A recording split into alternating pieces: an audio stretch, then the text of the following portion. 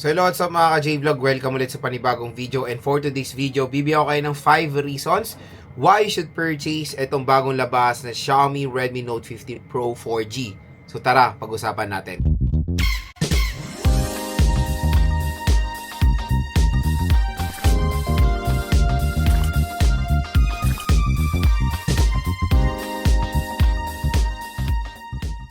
So yan mga ka-J-Vlog, this time Pro naman ang ating itatakel, and ito na nga ang Xiaomi Redmi Note 15 Pro 4G. So na-review na natin yung non-Pro neto, even the 5G version. So ngayon dito naman tayo sa Pro model. So itong Redmi Note 14 Pro 4G ay syempre hindi siya nagkakalayo sa specification ng Redmi Note 15 5G. Gagawa rin tayo ng phone comparo about dyan.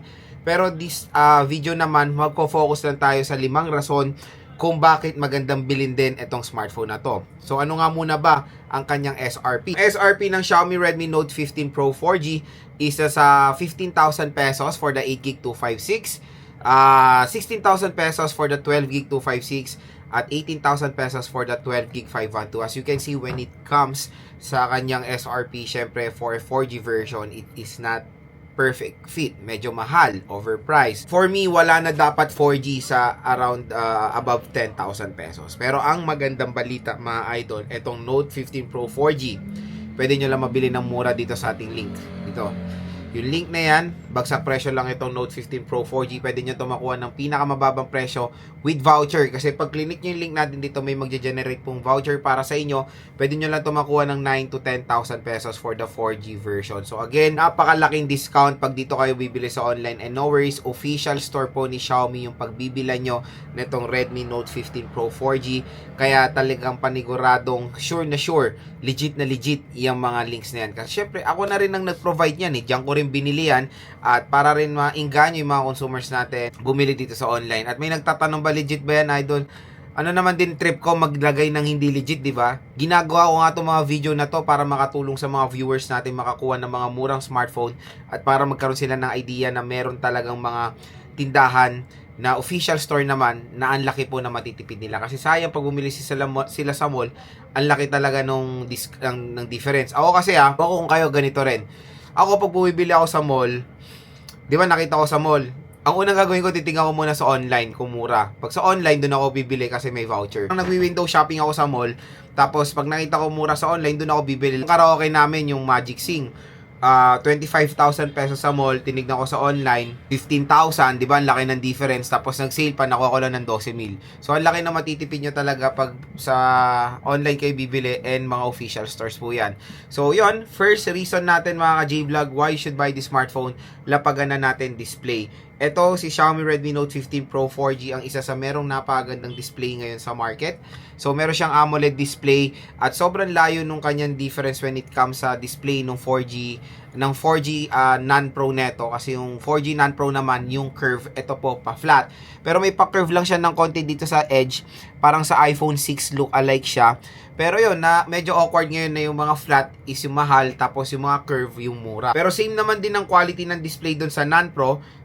AMOLED display, 32, tingnan nyo naman kung gaano kataas yung nits of brightness nito, 3200 nits of brightness, 6.77 inches. So, meron tong premium display sa sobrang murang halaga lang, kaya panigurado pag manonood kayo dito or maglalaro, paniguradong bibigyan kayo nito ng outstanding viewing experience.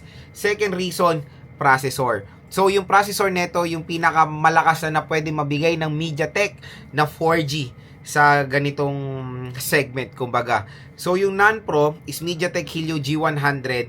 Ang Pro model is MediaTek Helio G200. Again, mga ka-J-Vlog, pag narinig nyo ng word na Helio, meaning po niyan, 4G yan. Pag Dimensity or Dimensity, mga 5G po yan, mga idol, sa mga MediaTek, kumbaga. So, yan, ito na yung pinakamalakas na pwede nilang ma-offer na processor sa ganitong murang halaga. Pero, yun, pagdating sa SRP, syempre, sobrang hindi fit. G200 for a price tag na 15,000, a big no-no. Pero yun nga, dito sa online, doon natin i-compare yung presyo nito kung magkano ko siya nakuha. Okay naman na yung G200 kasi marami naman din ganitong presyo na under 10,000 pesos na sa G200 po ang processor, na merong mga gandang specifications din, tulad na lang nitong Xiaomi Redmi Note 15 Pro 4G. Third reason mga idol is of course yung kanyang longevity sa software update. I know meron din con yung software nito, especially may mga ads na lumalabas, unwanted ads, na yun talaga yung sumasakit ang ulo ko doon, and hopefully maayos talaga very soon ng Xiaomi yan. Pero when it comes sa longevity ng software update, ito na rin ang isa na magandang i-recommend sa inyo dahil matagal po ito masosupport ng operating system niya na HyperOS. I think nasa 3 to 4 major OS update ata pag mga ganitong kamurang halaga ng mga Xiaomi. Pero at least, 'di ba? Meron silang kumbaga software update ng ilang taon na yun din yung isang hinahanap ng mga consumers natin. Kasi mga consumers natin, longevity ang gusto sa isang smartphone. Kumbaga, hindi sila nagpapalit every year, basta yung smartphone nila gumagana, reliable pa, hindi sila magpapalit. Kaya magandang i-recommend din itong Note 15 Pro 4G sa mga matagal nang nag-upgrade na sa Redmi Note 10, Redmi Note 11. Ito na siguro ang perfect time mag-upgrade kayo nito under 10,000 pesos. Napaka-solid. So, out of the box, naka Android 15 po ito. Pero syempre, ganyan naman ang Xiaomi pag bagong labas sila ngayon, di ba? First quarter ng taon, pero naka-update naman yun or naka-ready na yan sa next na operating system like Android 16. Fourth reason, syempre, camera. Camera ang isang pambato na itong Redmi Note 15 Pro 4G dahil meron itong 200 megapixel main camera with ultra-wide camera and optical image stabilization. Wala lang siyang 4K, medyo nakakalungkot, pero the quality itself for the main camera of this smartphone is outstanding or maganda siya mga ka-J-Vlog. So makakapag-provide naman sa atin ito na outstanding photo quality sa kanyang presyo. And syempre, ito ang malaking upgrade niya compare sa non-Pro is meron siyang ultra-wide camera. Same din sa 5G. Siya 8 megapixel ultra-wide camera na very very useful sa mga content creators natin dyan. At meron siyang support sa 60 FPS ng video recording na wala naman yan sa 5G. So again, yung mga Note series ngayon is meron silang mga advantages sa isa't isa. Kaya yung mga ibang consumers natin naguguluhan, ano ba talaga ang perfect na bilhin para magamit nila pang araw-araw. Ito, napaganda ng camera and syempre power to ng AI. For example, merong scenario na nag-take kayo ng photo medyo blurred. Tutulungan kayo ng AI para ma-enhance yung photo para mas hindi siya maging blurred, di ba? Napakalaking tulong ng AI ngayon sa camera, especially for the Redmi Note 15 Pro 4G. Last reason, ito na, battery. Ang laki ng battery nito, 6,500 mAh, non-removable battery. So, mas malaki siya sa non-Pro, mas malaki siya sa 5G, dahil 6,500 all-in ang battery nito mga ka-J-Vlog. And when it comes sa feel, hindi naman ko ma-feel yung bigat dito. Magaan naman siya. Hindi siya feel na 6,500 mAh battery capacity.